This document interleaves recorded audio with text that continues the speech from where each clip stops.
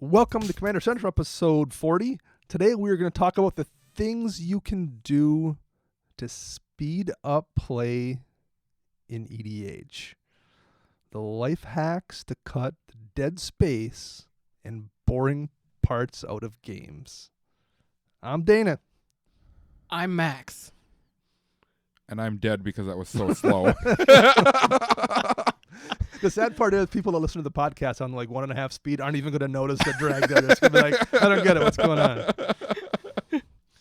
And this is Commander Central. So how's everyone doing today? Wonderful. Oh, yeah. I am going to once again thank my wife for mowing the lawn when I was playing on Tuesday night, because I came home after playing. I'm like, she did it again. That's awesome. So thank you. And I figure, here's what I think. If I continue to like thank her on the show on air, she'll continue to mow the lawn on Tuesday when I'm playing. So not anymore. Not no. after I listen to this one. I've revealed my secret plan. Yeah. So I'm gonna have to probably wind up mowing it next time. But We'll cut that segment. Just right. We got your back. We'll take care of that in Edit post. that in post. All right. Well, let's talk about some games right away. No, I don't want to. You had Bex had a bad night. Had a bad weekend of Magic. Yeah, actually, you didn't do great. We played it on Friday. You didn't do great. You played in a PPTQ on... I didn't play Friday. I got alcohol Oh, that's right. You on didn't Friday. Come. Yeah, you didn't come for that. You beer interfered. Yeah, and... That's just living in Wisconsin. Right. Yeah, Wisconsin caused problems. Yes. And one of my best friends had a mental breakdown about how much weddings cost, so she was freaking out. That'll do it. Yeah. Spent the night reading through venue contracts. Like, what does this mean? I'm like, you're going to cut them a check for this much money when you go visit them if you want the place. Nice. Mm-hmm. Oh, Yeah. I don't want to do that. I'm like, then don't get married. Yeah. No. Yeah. There is. The expenses are numerous. Oh, I remember them. Yeah. Every it single wasn't, one wasn't of that them. long ago. Me too. So then Saturday, the PPTQ. I played in the PPTQ, and I swear my pool was so bad, I should have just dropped before round one. But Chris top 8 in it. Yep. Nice. Yep. And then actually 2 of our listeners took first and second. Oh, really? Who did it? Who was it? Dan Mel and Mick. I am not going to neuter your last name because everyone else does. But they ended up splitting first and second. So. Oh, that's awesome. Good for them. So when somebody gets to go to, it was for an invite to GP something, right? Atlanta. GP Land. Okay. So are they going down there for it? Or The somebody? RPTQ in Atlanta. Yeah. Okay, RPTQ. I don't know if they are. Okay. I haven't talked to them That's since. a haul from here. It's regionals. It's pretty Just bad. jump on a plane for like 2 hours. You're I good. suppose, yeah, right. As we're going to Vegas in 3 weeks. Right? And then on Tuesday, Max didn't have luck go his way either. No, not at all. Well, the one game that you had in the bag where you killed, I don't know if you killed me or somebody else did, I killed you. but you had made a gazillion angel tokens with Luminarch Ascension, Yes, I was making 12 a turn on my turn. and then you swung in for the kill with I a bunch of angels. had a and bunch of angels. I don't remember what he blocked with. He was playing his Hapatra deck, and he got out a Chroma's Memorial. So all stuff had flying. Okay, that's what it Flying, was. first strike, and his snakes had Death Touch. So you swung all your angels into it, Yep. And So- I got all but like 13 damage through. which is fine because you're like, okay, I can just make more angels before next turn and win. And then I realized that all my angels dying triggered Revel in the Riches, and he won on his upkeep. Pass the turn and lose the game. After everyone But- riches. I did the math on the way home, because he also had the Contagion engine out. And I was at like 7 poison counter, so I'm like, he's going to proliferate. And I'm like, I'm dead next turn, whether he kills me from Contagion damage. engine and Atraxa would be enough? Yeah. Okay. So I was dead either way, If you're going to lose, may as well lose to Revel and Riches. I guess. No. No. Yeah. Particularly when you're not like thinking it through. And he doesn't even run it. Like, he's like, I don't really make a lot of treasure tokens. It's just in here to make me some mana rocks. I'm like, Sure, yeah. yeah, rub it in. Thanks. right. We almost had a couple of Triskaidekaphobia kills, too. It was pretty close for a few people. Who in the world is playing Triskaidekaphobia? Commander Cookout, that's who. Oh, That's right. That's right. Playing it with pride up in the Great White North. Who was it? It was Mike. Dr. Mike had it Dr. in his Mike. deck. And missed the trigger every upkeep. In his Aurora deck, and he kept missing the gain life, lose life part of it. But we weren't really thinking about it because I'm like, first of all, it's not a great card, but whatever. I'm like, that could burn him just as easily. But when it came back around, because he was at close to 13 life, and we were trying to figure out if it was going to kill him. But playing Aurora, as long as Aurora's in the command zone, Or on the battlefield, it still triggers a life gain. Oh, that's true. Yeah. So he can stack those triggers that's being his upkeep. So you just can't, if you're playing a Laurel, you just can't die to it as long as it's either in play or in the command zone. So that's actually kind of clever. I don't know. I still don't think I would run it, but I kind of like that synergy. It's cute. Yeah. I still wouldn't run it. It's an alt win. Sunshine and rainbows. Right, exactly. It is an alt win, and that's why Commander Cookout gets to play it. They had the privilege of playing it. We gave them the privilege. We gave them the privilege. There's one more I want to mention quick. In a game, I can't remember what deck it was, but somebody had an Admonition Angel. It was an Atraxa Angel tribal deck. Yeah, okay. And Admonition Angel was in play. Who stole our Traxa tribal? Right. That would be Dr. Steve. So he had Admonition Angel out, which I've never actually seen play, I don't think, before. Triple white's hard, man. It is. In 4 Particularly colors. a 4-color deck. And he had exiled a few of Max's things mostly. He was picking on Max. He was playing Brago. No. But I realized, I'm like, oh, wait a minute, I think this is going to work. I had Mirage Mirror out. So here's an interesting interaction if you happen to have Admonition Angel.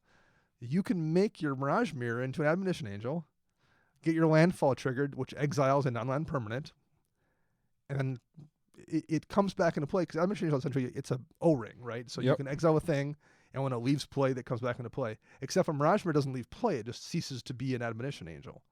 So the thing that you exiled is just gone. Now, I think if you turn it back into an Admonition Angel at some point, and then someone were to destroy it, it probably would come back, I would think, because it hasn't left the battlefield, so it doesn't forget what it was. But I think as long as you don't have it as an Admonition Angel when it dies, the things are just gone for good. So I thought that was kind of a cool little interaction. I think that's how it works, judging by the exact wording on the card.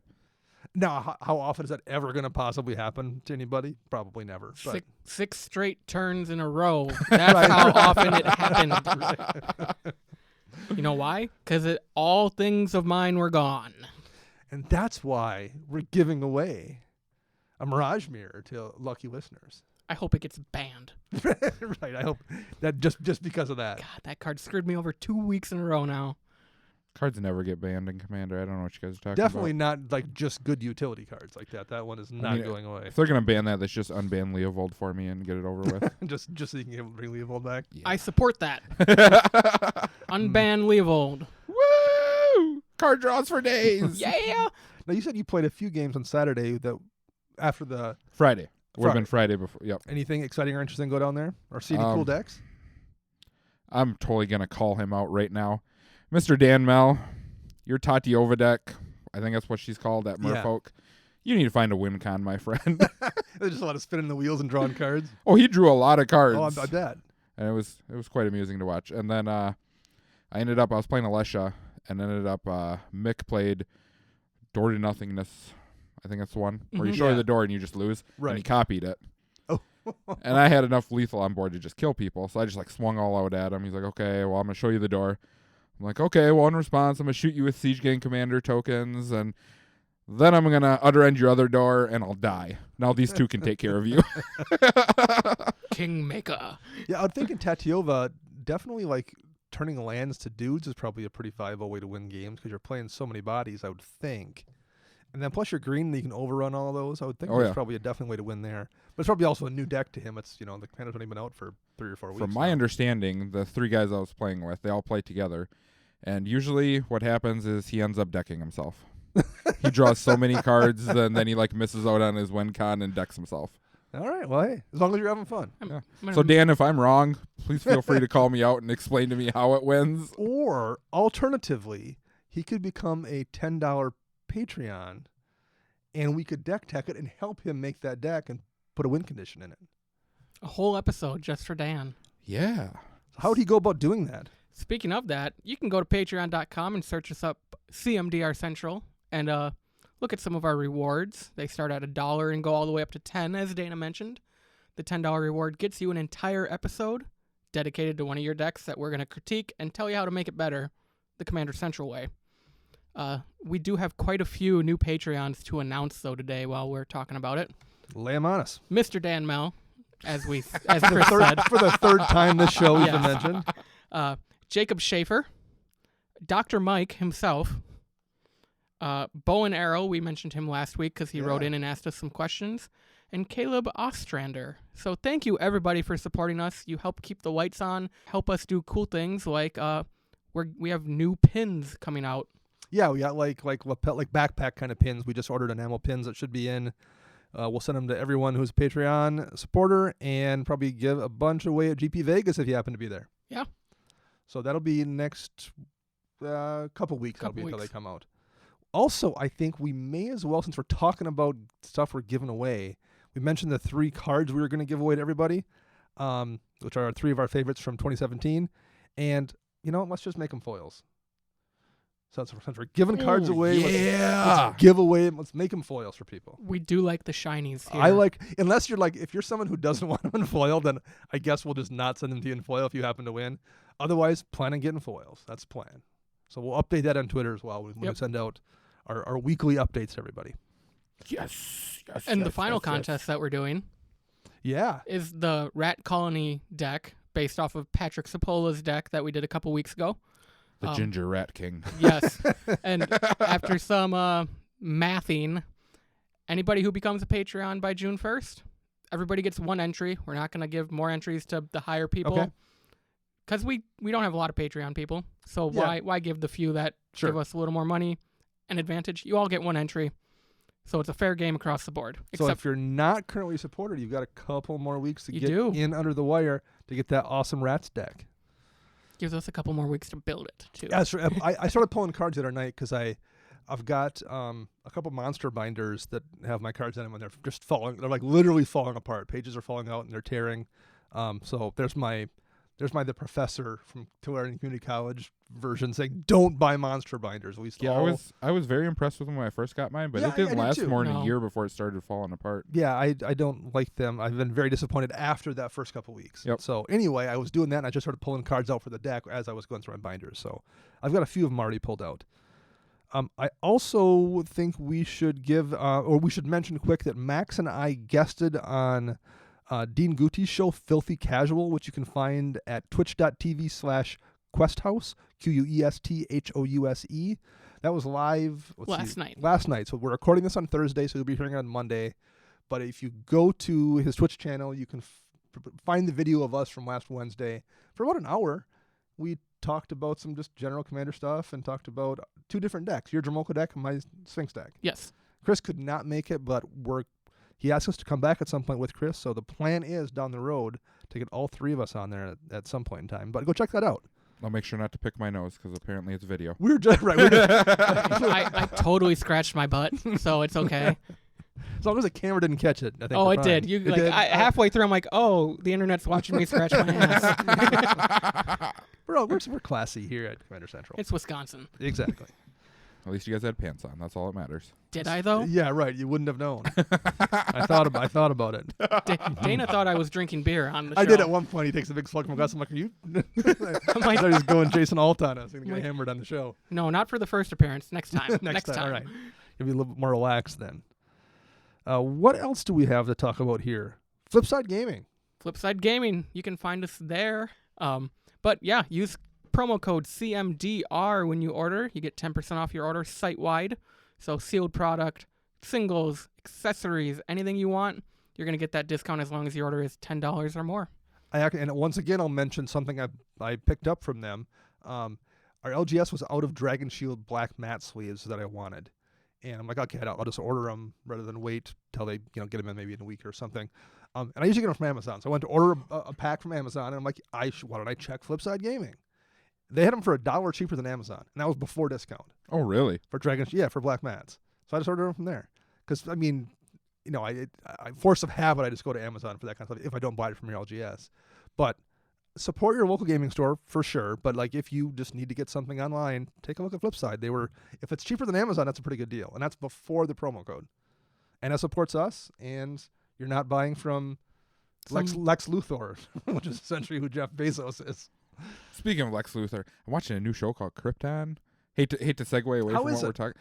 I've gotten through like an episode and a half, and it's pretty good. And I just I want to be like, time out. Can I go home and go watch this right now? I got you in the mood for it. Oh yeah. Right. And this is how Chris speeds up games. He just leaves. Right, yeah. Right.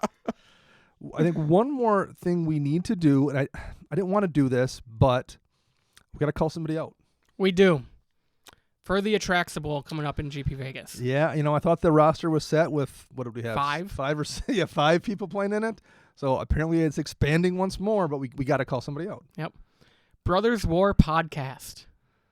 It's on. So we've been looking around at like other podcasts, and I've listened to their show before. Yep. And they're smart guys. Like they say intelligent stuff. It's a good podcast. You should check it out. However, I know a guy who plays with them.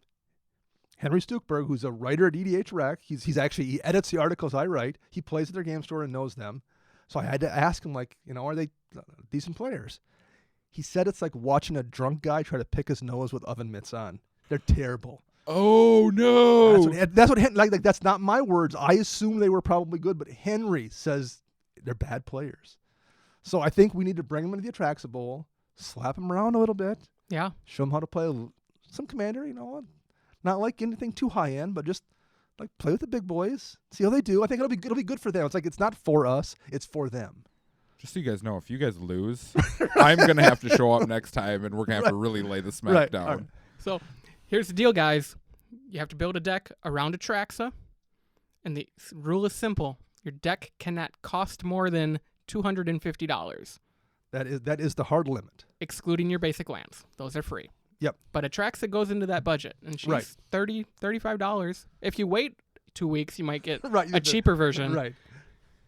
But And we'll use it's the lowest version of the cards. If you happen to have the more expensive one, it's still the lowest price. But I would totally jam Alpha if it's something I had that was an Alpha version. I'd be Right. like, we're gonna slide that in there, and someone's like, well, wait, that's so expensive. I'd be like, the lowest version is only like 10 cents, so I don't want to hear it. Just because I'm playing an $80 version doesn't mean anything.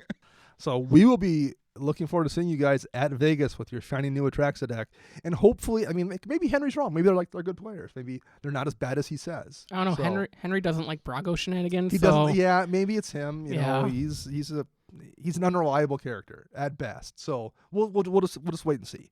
All right, we got one more thing here to take care of. It's semi social media, semi Patreon related, and that's a deck tech. We'll do a brief 10-minute breakdown of a listener's deck. Yeah. So, by becoming a $5 Patreon, we will reach out to you and say, hey, send us your deck, and we'll do a 10 to 15-minute tech on it. Just a quick, here are some cards we think you should run instead of, or we would run, maybe you should try instead. Right. So what do we have for cards? You guys looking at this deck? So we'll put the link in Twitter and in the show notes next week so you can look at it. We should probably say whose deck it is. Yeah, we should. So this deck came to us from Seaburn Vicer. He's been a listener since day one, I think. He's a Patreon. I actually met him at SCG Milwaukee about a month ago. And played a few games with him, I believe. Played a lot of games with him just because the randomization of the pods were not very random. We just happened to get in the line at the same time. It's like, okay, well, what one are you going to play this time so I don't play the same deck? Did you play against this deck or no? No. Okay. This is the Narset deck that I have PTSD about. I thought it was a Janara deck we were looking at. We are looking at Janara deck. Okay. I You played you against his the Narset deck. Gotcha. All right. But yes, we are looking at a Janara enchantment deck. All right. So we're each going to basically throw out 3 cards we think would be good additions to this deck. Does that Sure. sound fair? All right, man. Who wants to go first? Chris. Where do I start? I'm terribly sorry, but Sieb sent me 4 different decks. I saw them all. And yeah. he's like, pick one. And I'm like, oh, enchantments. Chris plays Euro. This will be easy. That's why I'm like, where do I start? I'm gonna put 3 together in one. Okay. Now I noticed by going through this deck is mainly control, like bank control. For sure. It's not Enchantress base. But there are 3 cards that you could put in here that still play with the enchantments that you're playing, such as Ancestral Mask, Ethereal Armor, and Helm of the Gods, all of which give your creatures +1/+1 for each enchantment that you control.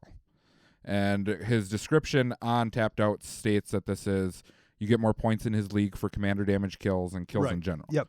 So this would just up the ante to do that kind of stuff. And all of them are extremely cheap mana base to put in. So it wouldn't really set them back anything. Yeah, they're all one colored mana to use. Yep. And they're all cheap cards just in general. They're all sub-$1 or maybe 2 at most. I think Ethereal Armor might be a little more because it's played in Modern. boggles. But Yep. But even so, it's still cheap by most standards. Yeah, that's a good call. I like all 3 of those cards in an Enchantress deck. And there's also, what's the blue Auramancer's Guise? That one counts auras that are attached to your creature. Oh, to the creature. It's not nearly as good as Ancestral Mask. But No. That's more of a Bruna card because you're just suiting her it's up. all and- auras. Yep. Yep. Max? I have 3. They all come from the same set. Okay. I went with the Ordeals from Theros. Ordeal Heliod, Ordeal of Nissa, Arnylia, and Thassa. And Chris is shaking his head at me because I went with this of, okay, you want to get commander damage? Let's get +1/+1 counters on Janara as fast as possible. And all of them have a little upside when they sacrifice themselves. Did you try those in your Euro deck at some point? No, because they require attacking. And granted, with this deck, he does have like hardened scales, doubling season, that kind of stuff in there, so you can get the counters on faster. But it still requires an attack to even trigger it. Right. He is only running 10 creatures total. Yeah, counting it's Janara. really lean on creatures. And I do have a 4th because I kind of counted those as kind of one.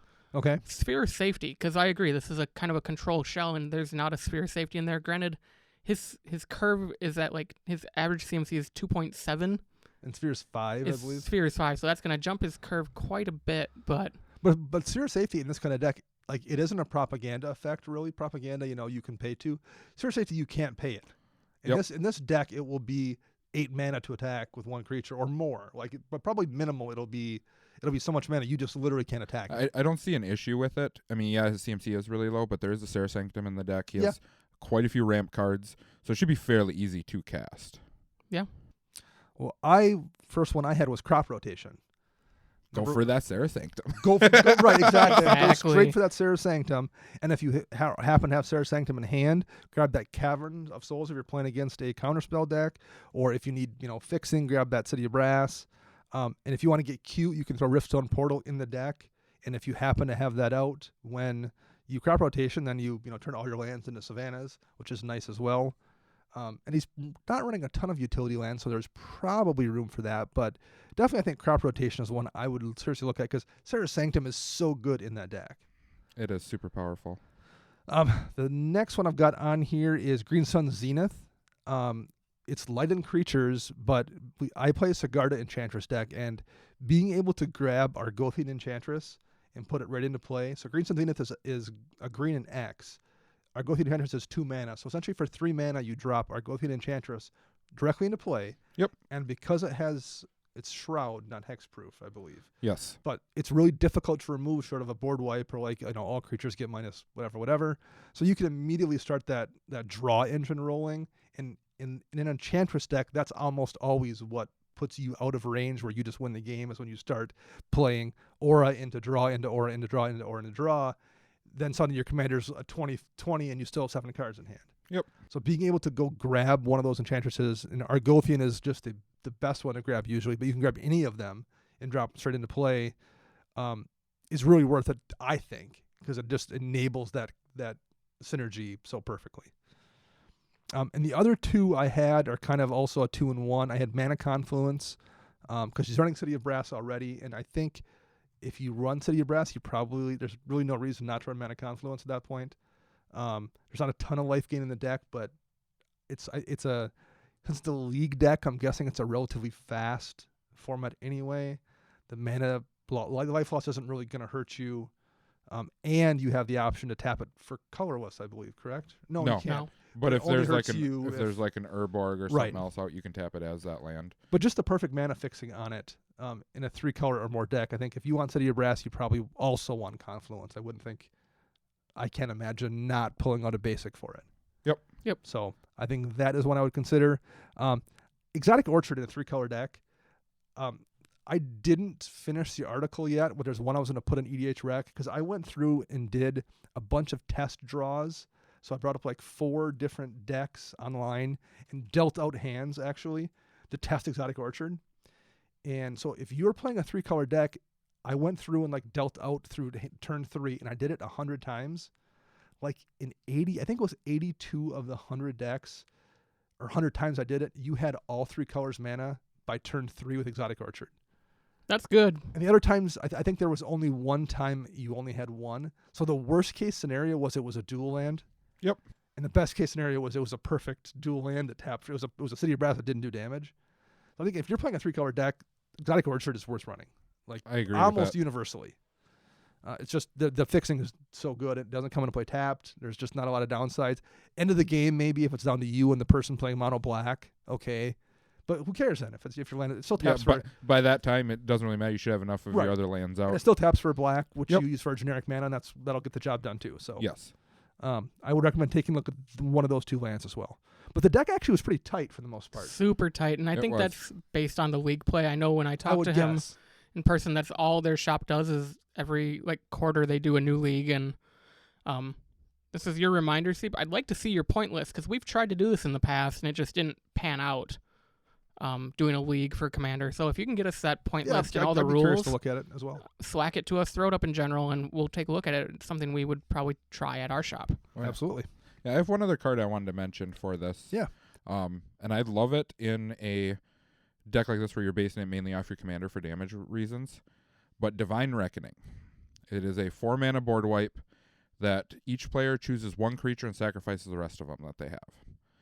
So you're going to choose your general, who's huge, and they're going to choose someone, they might have a huge guy too, but you're getting an advantage because your deck's built around making one guy big. Right.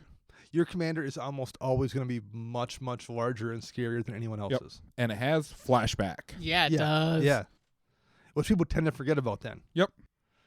So, yeah, no, that's a good call too. That's actually a really strong card to max the Dromoka deck that I tend to forget about. Mm-hmm. It does good work there as well. Thanks, Chris, for that. I think he gave me the foil. Was that your suggestion for Yes, it was. And he handed me the foil. He's like, you need to run this. I'm like, okay. I can do that. All right. So I think we've moved rapidly through the first half of the show. So now let's continue to move rapidly to the part where we talk about not going slow. So no one wants to sit there, you don't show up to the shop and sit there to watch people play with their phones. You want to play Magic. And the more dead air you can pull out of the games, I would say the better that is. Not that you shouldn't have fun and BS with people, but there's things that are just boring, like watching someone try to find a fetch land. So we're going to talk about things you can do to speed up the games when you play. I threw this out there on Twitter on Monday or Tuesday, and by far the most frequent response we had, I'm not even going to attempt to read it back, all the people that responded with this, because there were so many. Everyone basically said, crack your fetch lands before the player before you use end of turn. Yep. And let everyone know you're doing that. And that's absolutely one you should be doing. Yeah. And that's not to say you should throw away, because there is times when that matters, like when you want to get a different land depending on what happens. So we're not saying you shouldn't, but just say, hey, I'm going to crack this right now. I reserve, because eventually people understand the shorthand. Yep. So if you're not doing it, explain it the first time, and eventually everyone will understand when you say, I'm cracking this fetch now, but I might change my mind based on what happens. So we'll just assume. And I've never seen people not be cool with that happening. Right. And I would say that extends to a bunch of, it's not just fetch lands. If you're land taxing, this happened actually, we were playing, I'm not sure if you were in the game. Yep. I had a land tax out on turn 1 or turn 2. Pretty Something quickly. yeah. And I was passing it around, and Max plays 2 lands, so he was going to be up on me when it came back to me. I just said, I'm going to get my land tax lands. Is anyone going to destroy my land tax before it comes back to my turn? I won't get them, and then I was like, no, go ahead. And I don't think it ever got destroyed, actually. Nope. But I'm going to hold destruction next time, wait for you to do it. And now I'm going to destroy it. You can after reshuffle again. After I dig through my yeah. So I went and got my lands and put them in hand, and then when the turn rolled back around to me, I was ready to just play my 1 land, draw my card, and move on. But there's a bunch of things, Divining Top. Oh God. Do your Divining Top ahead of time. I mean, a lot of times I do it on my turn still, or I pass the turn and be like, I'm on top while I pass. Yeah, right, exactly. I tend to do my tutoring the same way. I'll say, okay, I'm passing the turn, and I'm going to tutor on your turn, but I reserve the right to maybe change that card if something crazy happens in the game, and it's just never been an issue. Yeah, like with the Vampiric Tutor, a big thing that I like to say is, if you're going to Vampiric Tutor, you say, okay, I'm going to tutor for this card. If you mill me at all during any point before my turn, I reserve the right to set that card off to the side and mill from the top. Yep. And then put that card back on. Now, there are situations, I've hit Max twice in a row with a de-glamour or something after he Enlightened Tutored, I think. You made me shuffle my deck after I Enlightened Tutor. Yeah. That was an intentional thing at instant speed. It wasn't like that was something I was going to do as a result of to make him not what I get was his tutor. grabbing. Yeah. Right. Yeah. So, that's definitely a big one. I think people need to do more frequently. Fact or fiction. I mean, even stuff like Brainstorm. And just call it out, and people will eventually, once people get used to that interaction, like that probably, you could easily save 5 minutes total over the course of a game if people did that kind of thing with fetches in their cards. Agreed. That's what usually I fetch on my turn, or I'll leave it up and wait, like especially if it's late game, just in case I need to find that single white source to sword something. But otherwise, it's always on my turn.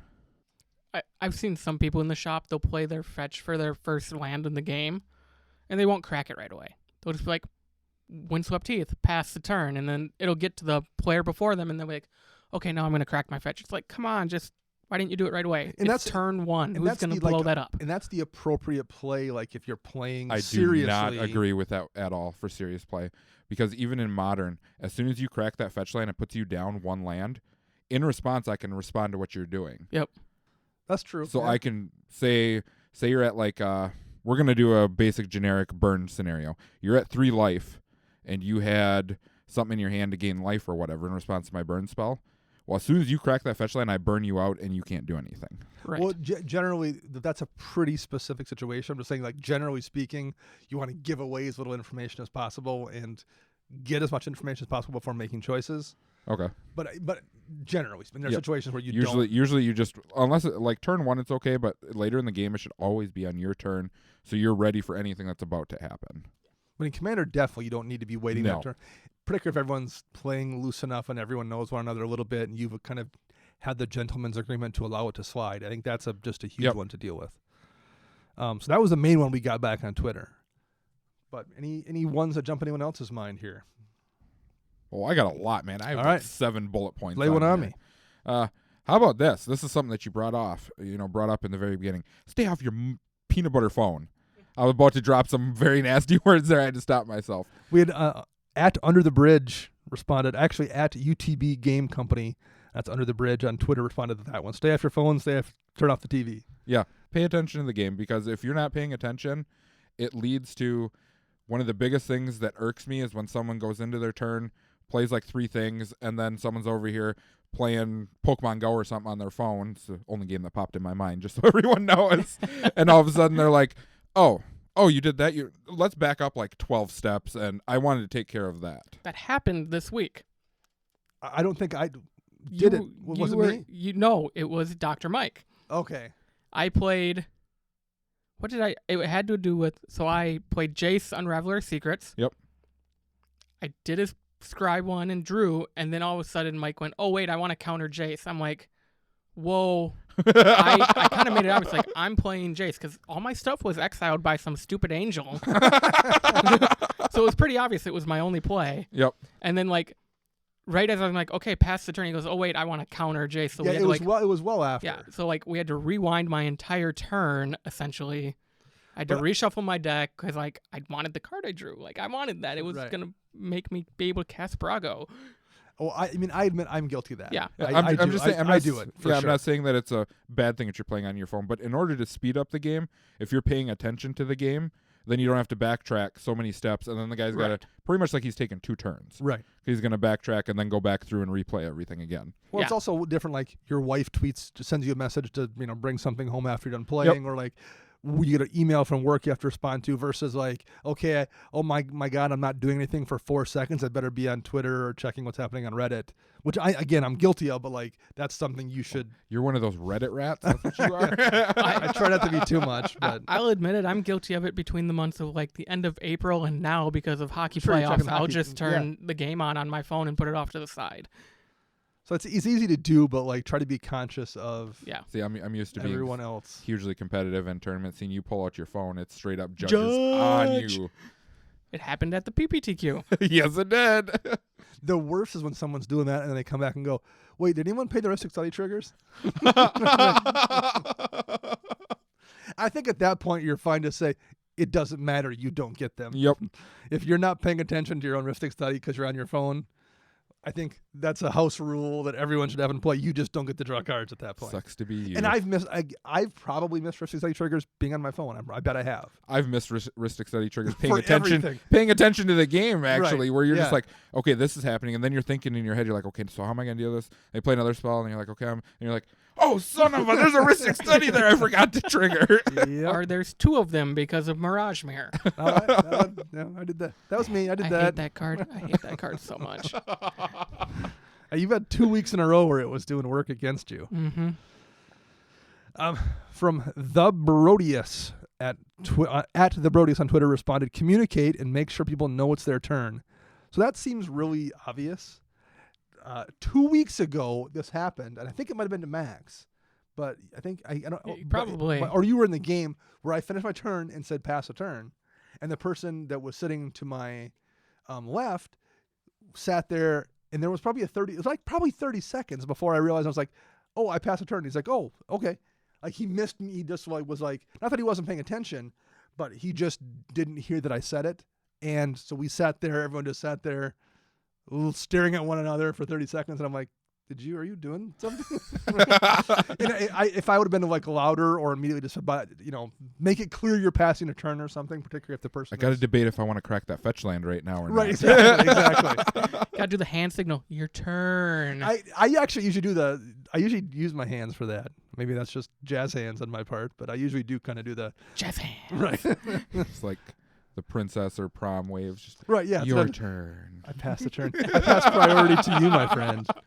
Well, I know. But with a flourish. I know sometimes when we play at like Blake's house, when it's the big, like when all 7 of us are playing one game, Oh God. we yeah. get like a poker chip out and be like, okay, it's your turn, and you hand the poker Right. chip to the next person. So it's that object of, yep, it's your turn. Yeah, in a big game like that, that's actually a good idea to do. Yeah. Particularly when you're playing one of those games where have no idea what the other person's doing on the other end of the table. Or a plane chase game, and then nobody knows what Right. they're doing in the game. Just put me on the plane where the Furnace of Wrath plane, and I'm in heaven. We're just I don't care what anyone else is doing. I'm going to kill you guys real that fast. that will be your commander. It would. Right, yeah, if you could do that for sure. I think the same player also threw don't be afraid to tell people to pick up the pace. He said the same thing, the Brodius on Twitter. So don't be afraid to politely say, hey man, could you try to speed up these turns? And I don't know if I've ever actually done that, but man, I've wanted to before. I can think of one thing recently, and you guys were actually commentating on this game that I was playing in, when I was playing the Gitrog monster in that 1v1. Yep. And I had him dead to rights, and he sat there for like 15 minutes debating what to do. It's a long time. And we're actually going through all his options on the stream. We're like, well, Toxic Deluge is going to kill him if he gets it. So, Yep. And Damnation doesn't have enough mana for her, so I don't know what he can go get here. I didn't know what he was doing neither. I'm just sitting here thinking, well, and I had Burn in my hand to just kill him during the turn Right. anyways. I'm just like, okay, whatever you do, you die. So I didn't bother rushing. So I'm just like, I win. So I'll Sure. let you go through all your outs. I think we had his entire turn mapped out We did. in 2 minutes, and then the other 13 went, and we're like, so we were right. It took him way longer to figure out his turn than it took us to figure it out. But yeah, I agree. If someone's just hemming and hawing, be polite about it. Don't Absolutely Right. polite about it. But yeah, there's nothing wrong. Like if someone said, hey, I've only got time to play one more game. Can we try to pick this up? Just if someone told me that politely, I wouldn't be offended by that. Like, oh sure, if you got to leave, I can do that. Right. And in the past, we usually do the pre-con league every year. And so like Dana and I have mentioned, and Chris has mentioned, usually those leagues are, we want to play the pre-con once and then go to our real decks, Right. quote unquote. And I think the first time we tried that league, we put a hard stop at the game is an hour. Yep. At the Yeah, end of because the those hour. games can really drag because Yep. the power level is so low. And they're pretty equal between each of Yeah. them. Yeah. So it was at the end of the hour, whoever has the highest life total is the winner. If there's a draw, there's a draw. Yep. Done. And that could be something you could enforce in your LGS. If it's a problem where your games are consistently like running on to 2 hours long, maybe you have to do that. And in my mind, if you start that way, say, okay, every game is going to be no more than 90 minutes, maybe it's going to make your play group look at how they build their decks. Sure. If I'm playing all mono blue grindy counterspell decks, you're never going to win a game, and you're just going to make everybody draw in 90 Right. minutes. Maybe you need to change your play style or change your brewing pattern just so you can maybe put the damage in or put more win cons into your deck so you can, hey, now we still finish games in an hour, and so we can play an extra game almost by the end of the night. Yep. So any other ones? I'm sure we have. Chris said he had quite a few more, but what do you have for Max? Any particular suggestions here? No, the lists we got from all of our listeners is great. I agree with all of them, really. Yeah, we got a lot of good suggestions. How about you, Chris? Anything specific that wasn't something we had come in before I read a few more? I'm gonna be completely honest. I don't know the exact list of what everyone Okay. said, so I'm gonna shoot one of mine out there. Have a basic idea of what your turn's gonna entail. Plan your turn out ahead of time. Yep. Absolutely. The one where I've really noticed it's beneficial for me to do that is if I have something like Nykthos out or Cabal Coffers out, and I'm going to be making 26 mana this turn. I try to start then. Okay, I'm going to shift the Cabal Coffers and my Soul Ring over here because I'm going to use 2 mana to turn the Cabal Coffers on, and then we'll usually have my 20-sided dice over to the side, and I'm like, okay, and I'll count it out. I can make 17 mana, and then when it comes to my turn, I can just do those things, have the mana in play, and do my stuff. Because no one wants to watch you count your swamps. No one wants to watch you figure out how much mana you have. You can't do it every time, and sometimes you don't get it out. Like if you can plan that stuff out, plan it out. You do that really well. Both any deck you run Cabal Coffers in, and you do it really well in Recce because there's a lot of those turns in that deck. Recce ends up just all of a sudden you have 72 mana because of Nykthos and your doublers and your creatures that produce mana. So kudos to you for being able to do that because I'd lose track. And I'm going to talk about that at the end of the show. I'm going to have a question kind of like your Winding Canyons thing. But okay. So we'll come back to that Recce deck and the mana bank. Snowlands. Snowlands, right. But yeah, I mean, knowing, and I think that was mentioned, Chris, and someone also mentioned like knowing your deck and knowing what you're going to tutor for, and I think that's kind of the same thing. See, that one is harder in my opinion because it can change so often. You know, like depending on what's going on in the game, you know, like you could know for sure, you know, like you pass your turn, you're like, okay, next turn I can tutor. So this is what I know I'm going to tutor for. And all of a sudden someone plays something, you're like, okay, now what's all in my deck that I could tutor for to take care of that instead? Right. Yeah. Because that stuff does change at times. Yeah. Yep. But like there's also situations where like I know if I've got 2 mana on turn 2 and a demonic tutor in hand and there's like no crazy threat, no one's entombed a Ginja Taxis they're going to reanimate or something, I'm going for Phyrexian Arena or something like that. Like, oh, you're not tutoring Decree of Pain on turn 2? I am probably not tutoring Decree of Pain on turn 2. I think you should. Maybe next time I will do that. One thing I actually changed in my Mina and Den deck is I put all gold border mountains in it and I put all white border forests because I search for land so often in that deck. Being able to just find it by the border saves me a lot of time, but it saves everyone else a lot of time too. So that's not really necessarily a planning thing, but I guess I call it planning. I've been changing lands in my modern decks with how much you fetch to the new unstable basics because those are easy to spot. They have the colored border because Yep. they're full art, so it's much easier to find them in your deck when you're fetching. Yeah, that's a good call. I like that. What else did I see? We had just a bunch of people threw a bunch of things out here. Someone wrote, "I attack the slowest player and announce it when we start the game." Like, well, that's a little aggressive, but that's not like I kind of get that if you're like if like you have that reputation as the guy who attacks the slow player. Maybe everyone's like, oh, that guy's maybe a jerk, but maybe everyone else is happy. Maybe everyone else who isn't slow is like, great, I want to play with that happy. dude. Yeah. Because it's never going to be me. So He had the cojones to just announce it, be like, Right, oh, right. you play slow all the time, you're just gonna die. yeah, no, I thought that was pretty funny too. And that makes sense. Like that's a good Along tip. those lines, but like I'm not a combo player. Or I try to be and I suck at it. That's probably more the true statement. But if you come to your shop with a new deck and it's like combo based, tell the people who you're playing with. Be like, this is a brand new deck. It's combo centric. I'm going to take more time than Right. normal. Yeah, most things can be solved by just warning people ahead of time, and then people aren't bothered by the slowness then. Right. One I thought of, because I remember this being an issue the first time I played my Yasan deck way back when I had it, but I figured it out very quickly, is particularly if you have a deck like that, or if you have a birthing pod in your deck, or maybe like wild pair, you should at least know what your lines of play are. If you've got a birthing pod, it's probably not just a general sack outlet. You probably are doing it so you can do some kind of a pod chain. You should know what that chain is. If you've got a wild pair, maybe spend 5 minutes looking at all your power toughness combinations so you know that when you play this creature, these are the 3 you can fetch. Or if you're playing Yasan, know what your chain is that you're going to go down on each individual trigger there as well. Like that's not that much time you have to spend to figure that stuff out, and it saves a ton of time in the game. Oh yeah. That was scary when you had that deck. You'd be like, well, these are my 1-drops, these are my 2-drops, these are my 3-drops, and you listed them off. I did and that, the deck was in your backpack. I'm Well, like, how do you know that? Well, I actually, the first thing when I first put it together and I was playing it at home and I was testing it out, I realized I should do that. So I printed out a list. These are the 1-drops, these are the 2s. And then I just read it enough times where I had it memorized. So when I went to play the deck, I just knew what they all were. Now maybe you don't need to like go that extreme, but I don't know, maybe it's worth your 10 or 15 minutes to figure that out ahead of time, so you can save 10 or 15 minutes in one game, let alone every game cumulative. Yeah. Yes. So I think that's probably a good one too. I was going to mention Sicily, but you just go for Gaddock Teague first, and that's what. And you win. So that was easy. Oh. Any more from you, Chris? Any more good tips? I don't know if people would agree with this one, but this is one of the last ones that I put on my list. Is most of the time when you're playing this format, it's in a casual setting. Don't be afraid to kill someone, and don't be afraid to die.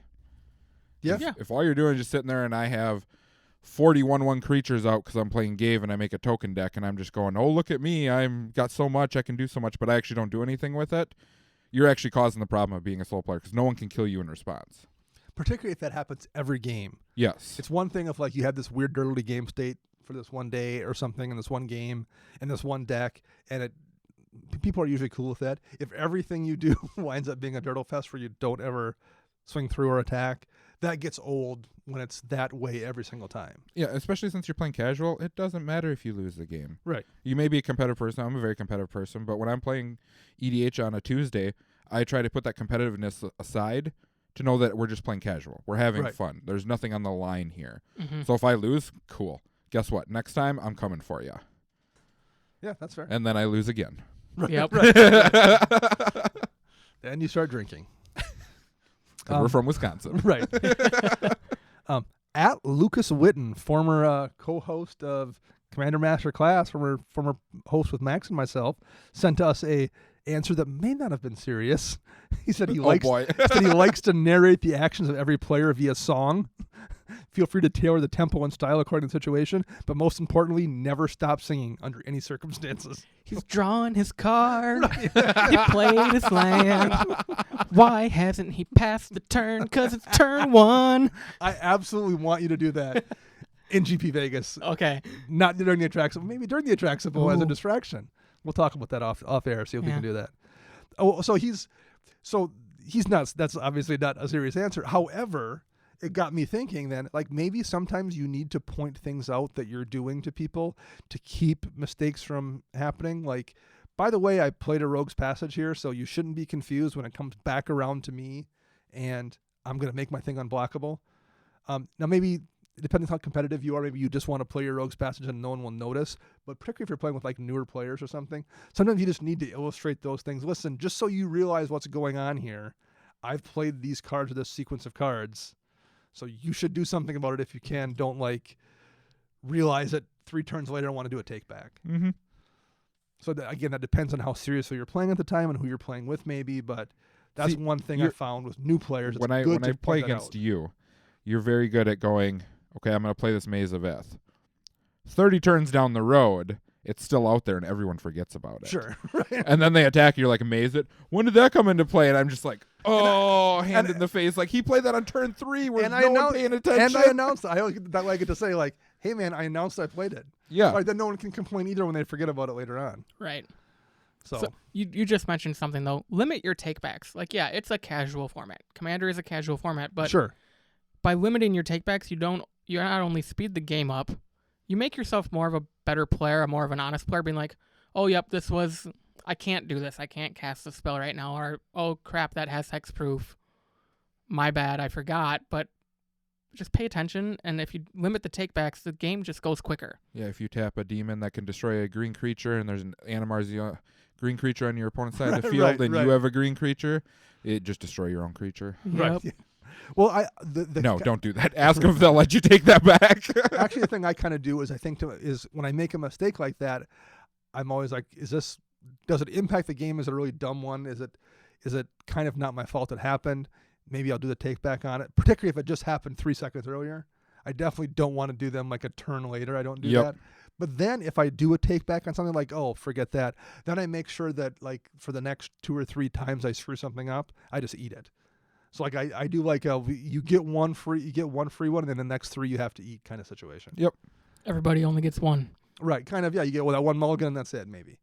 So, yeah, limit that as well. And I agree. You're like treat it as a learning situation. That's your chance to like teach yourself to maybe be a little bit less sloppy in your gameplay. I'm not sure it's worked for me, but you can like talk about it. You can think of it that way. Max is shaking his head. No, it hasn't. I followed Chris's lead. right. I miss Chris shaking his head. I am admittedly not the cleanest player when it comes to Commander at times. Probably because actual play, like he's a clean dude. Don't worry. Yes, right. I don't stink or No, anything. this is how it goes. You are a very good player the first like 2 games that we play, and as the night goes on, I see you start missing stuff and start slacking on things. I'm just like, oh, okay, I see what's going on here. That 11 o'clock at night game with my Glissa deck, and you're like, you've just missed 17 straight triggers. Yup. This is why you always play Tesa first in the night and not last in the night. I should come up with a plan like these are the late night decks. These are the early night decks. It's a good idea. I should do that. You should just play Sigarda late at night because there's really nothing to it that you need to remember. Reki's pretty simple to pilot too. I should do that. That's a good call. Yeah, because I'm seriously gonna do that. I'm gonna. All you do with Reki is play creatures and Dirtle, draw cards. Mono green Dirtle. And then I win. That happened this week. I think it was one of those. Max called it though. Max is because the shop owner Phil was playing to my left, and I did something, played a turn, and Phil's like, "You're not going to swing out this turn." I'm like, "No, I'm fine." And Max just goes, "We're all dead." I actually put my cards, and I'm like, "Dana wins next turn." What do you mean? I go, "Watch," and he did. And I had a heroic intervention in hand because someone tried to board wipe, but I had a heroic intervention too. So it was. I think Phil did. Yeah, I think it was. Playing his mono white deck. Ooh, I haven't seen that one in quite a while. Swam. Actually, it was a fast deck. He got off to a good start. Yeah. But I had too much stuff. Marwyn the Nurturer, great in that deck. I have a foil timestamp one if you're interested. I got one. I got one for it. Man, I didn't even think to keep it in you. my collection. Not that it's an expensive card or anything. No, not at all. I picked one up.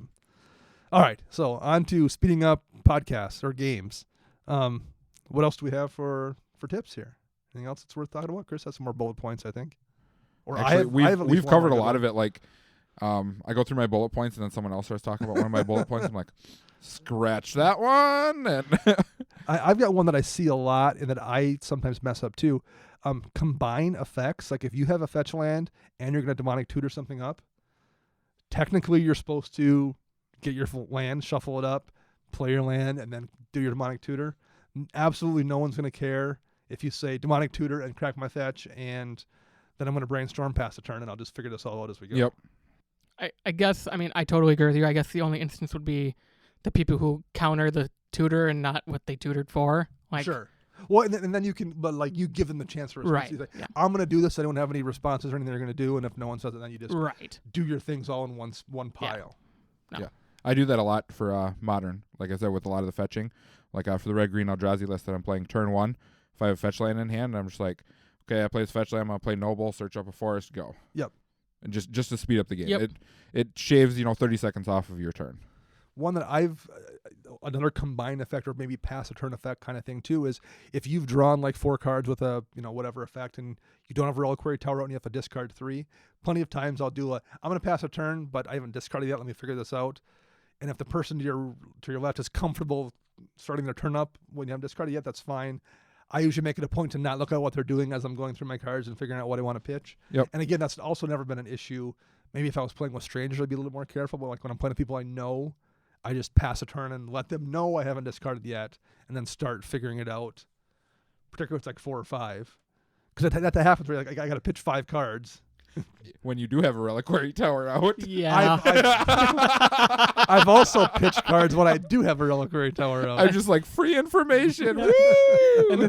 and Chris waited like 2 turns to it. He's like, by the way, you have a Reliquary Tower out. Yeah. Why'd you discard 2 turns ago? And I think at some point I did a big draw, and I was like, oh man, I didn't draw a Reliquary Tower. I was hoping I'd hit one. Oh well, land for turn, and I got to discard past turn. And you're like, what? Well, when you run 3 in your deck, I'm surprised you don't hit them all. Exactly. I've actually, since I don't think I've missed it since that happened, because now I do do I have a Reliquary Tower out? I actually have kind of baked that into my thought process to check for it first. And I know Reliquary Tower is really not a good card in EDH, but I'm greedy and I don't care. I'm running it. I run it. I actually think it is a very good card in EDH, and I would be willing to debate this with anybody due to the simple fact that you are playing a 100-card deck. Well, we're going to say a 99-card deck. The more cards you can hold in hand for more options to do stuff, the better. Everyone on Reddit wins in turn 4, so they don't need it. So that's why they don't like it, I guess. That's how you speed up games. I don't know what this turn Reddit 4 thing is. Right. I don't go on that. So have we? That's all of my points that we've covered there, That is all of mine as well. and I think we hit all the ones on Twitter. Max, any final ones from you? Nope. Because the ones I would mention I've been guilty of lately, so I'm not going to bring them up. I'm guilty of plenty of these. So Okay, you know what? I'll bring up my biggest pet peeve, and like I said, I am guilty of this the last 2 weeks at the shop. It normally bugs the heck out of me when people trade during games. And for And- the, and you've- and and you for were the doing last that 2 last week. weeks, I have handed someone my binder, and they've handed me theirs, and proceeded to do a trade. I will say this though, in at least the one game I saw you were trading with Leo, it didn't impact your playing. You Oh, were no, still I- getting your turns done. I was playing Boros and didn't have anything to That's do. true, right? Those are pretty simple turns when you're playing Boros. Draw go. Right. That's a good one. Though. That's a good point. That's Yeah. just don't get distracted by external things. Yeah. Which is very hard. I understand Absolutely. that. In your local game store, there's going to be people who want to come up and talk to you and all that, Particularly if you're playing in the same store every week and you know 15 people in there and you know the owners and you know Yep. everyone who wanders through, it's really easy to get caught up in that, for Yeah, sure. I mean, the best thing you can do is when it becomes your turn, you just look at them and say, hey, give me a second, let me finish my turn, and then we go back to your conversation after that. Yeah. Yeah. I mean, and then at that same point, that's one of those times where if someone does something you weren't paying attention, don't try to have them backtrack it. Just suck it up and take it in the chin that you missed something because you were too busy jaw-jacking with someone else. Right. All right. I think that is what we've got for ways to speed up your gameplay. But I think those are all useful things that, man, I would say most games could use a little bit of that to tweak things a little bit faster. Because if you can, cut 5 minutes out of every game and you're playing 4 or 5 games a night, that might be enough to squeeze an extra game in. Yep. I would much rather play an extra game than spend time on my phone for the Yeah. most part, unless I'm losing. Yeah. that doesn't happen very often. So, so here's I mentioned this, and we do an exit question sometimes, but Max brought up his thing about is it Winding Canyons? Yep. A question for everybody, and I guess I could have done this earlier in the show, but basically, if I'm being honest, I forgot. So this question is kind of about ramp and what constitutes ramp in a deck and what you count for ramp in a deck. Because I've seen people talking about I always have 50% of my deck is either ramp or lands. Like that's a lot. It seems like to me it's a lot anyway. If you're at 36-ish lands and you have, I would say more around 40% would be 8-ish. more logical. but so here's the thing though, and that was what I was thinking as well. Because I was looking to put an exploration in my Recce deck because the deck draws a lot of cards, and so, We've had this conversation Yes. thoroughly. So I draw a lot of cards, and so I tend to have a lot of extra lands. So why not play them? Get them out of my hand with an exploration. So we're talking about it online, and I'm like, what would you suggest I cut? And Mac's like, what do you have for ramp in the deck? So I'm like, oh well, I don't have that much. So I went through and looked, and I'm like, okay, well I have 6 land ramp spells. I have Cultivate, Kadama's Reach, Into the North, Nature's Allure, Rampant Growth, and Skyshroud Claim, and I have 2 mana rocks, Soul Ring and Mox Amber. So I have 8 ramp sources. I guess I could cut that down to 7, but I get that that's not terrible, but 8 seems like a reasonable number. So I have 8 ramps. I don't want to go to 7. And then I'm like, well, I mean, technically, I guess Sword of the Animist is a card I play in that deck, and that ramps me out of land. So I guess maybe that's 9. And I'm like, well, and I also, I have mana doublers in that deck. I've got Vernal Bloom, and I have Cage Sun, and I've got Lens and Mana Reflection and Vornclex. So I guess I have 5 mana doublers as well on top of all of that. And then I have 4 creatures that tap for mana because Rishkar taps for mana, Marwyn taps for mana, Solvala taps for mana, Sachi taps for mana, and then lets Recce tap for mana if she's in play. And I have Ronus' Monument, which reduces the cost on stuff. Yep. So again, it's not like a ramp spell, but it kind of is. So if I count all of those things, that's 19 ramp sources in that deck. If I'm counting mana doublers, and I'm counting things like Sword of the Animist. So when people talk about how much ramp they have, is that what they mean? Like, are you talking about anything that gives you mana? Does that count? When I think about ramp, that's what I think about. I usually Anything that don't, accelerates your mana. And maybe I should. Maybe I've been looking at it wrong. Maybe I need to I have a ton of mana ramp in that deck, and maybe I don't need that Cultivate because I've got so many other things that essentially ramp. So, How many lands are you running currently? 35 in the deck. okay, I was going to say, if you're at 36, I cut a land and put exploration in. That's what I would do. Yeah. I'm not 35. I'm not a 35. So my initial reaction was, with knowing this 19, I said, just go to 34 lands. How did you phrase it to me? You want them prior to turn 4, but after turn 4, you don't need Right, them. because you hit that point where that's the problem with cutting lands. You still need to hit that density of lands on your first 2 or 3 turns where you can start playing things. Yep. And then I'll start drawing enough cards that having less lands won't matter, but I need to have them in the deck to make sure I have 3 to get Recce out. And True. then play that first creature. That usually gets me enough draw that I can hit another land, and then things will roll from there. I recently did this with Dramoka. I'm down to 35 lands. Granted, I'm playing 2 colors. It's Right. just taught me to mulligan aggressively. Like this week, I played Dramoka, I think, all but 1 game, and it was I mulliganed every opening hand every game because it didn't have enough land, but my next one did. Or it had 2 lands and a Soul Ring, or 2 lands and something. I think, knowing this is a monocolor deck, you have 19 ramp sources. Yeah, And different ways you- to ramp or reduce costs or whatever. And essentially, after turn 3 or turn 2, if you get Recce out early, you're drawing 2 cards a turn, if not more. I don't think you need 35 lands. I think you can cut down to 34. Or if you do want to replace it, I'd almost recommend Burgeoning over Exploration, because then you could play 3 lands a turn if everybody's still dropping lands late in game. Chris is shaking his head no to Burgeoning. No, I'm not a fan of Burgeoning. I prefer Exploration. It's a guaranteed extra land, whereas On your turn. yep, people could play Burgeoning, or you play Burgeoning and then 2 people don't play a land. Yeah. Or all 3 people don't play a land and you're still stuck with a land, whereas Exploration's guaranteed you could play 2 lands. I think Exploration is probably better on turn 1, 2, 3-ish, because it lets you get it out when those turns matter and ramp you out faster. But after that, particularly if you're drawing a lot of cards, maybe Burgeoning's better. Burgeoning is also a card that I think slows the game down. A little bit, because you're always like, did you we'll play go a land? back. Yeah, we'll go back to our show topic. Whereas Exploration's on your turn, you know right away. Okay, I have 2 lands, I can play them both. Sure. Whereas Burgeoning, you're sitting there like, oh, did you play a land yet? No. Okay. Did you play a land now? No. Okay.